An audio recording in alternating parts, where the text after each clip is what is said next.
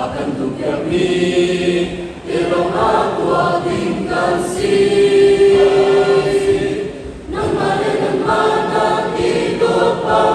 ragi kecilku akan di kadin suka jauh kami lobor jauh kriakan tukang sibang mirang ikut nak lekan her tunakan ini Karin ko aher,我比多那我长久无息，更扎进了我长不停，让你不能让我那隐藏的呼吸，能触发着我长的梦，我帮他光明跟他算我，要才能行吗？无从容要让你吧。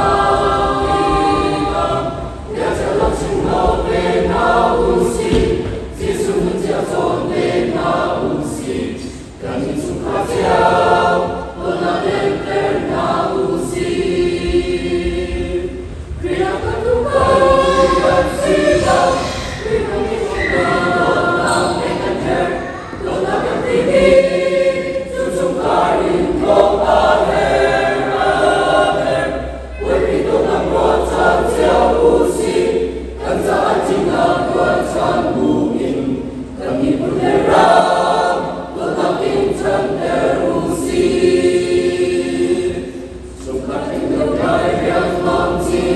cho kênh Ghiền Mì Gõ để không bỏ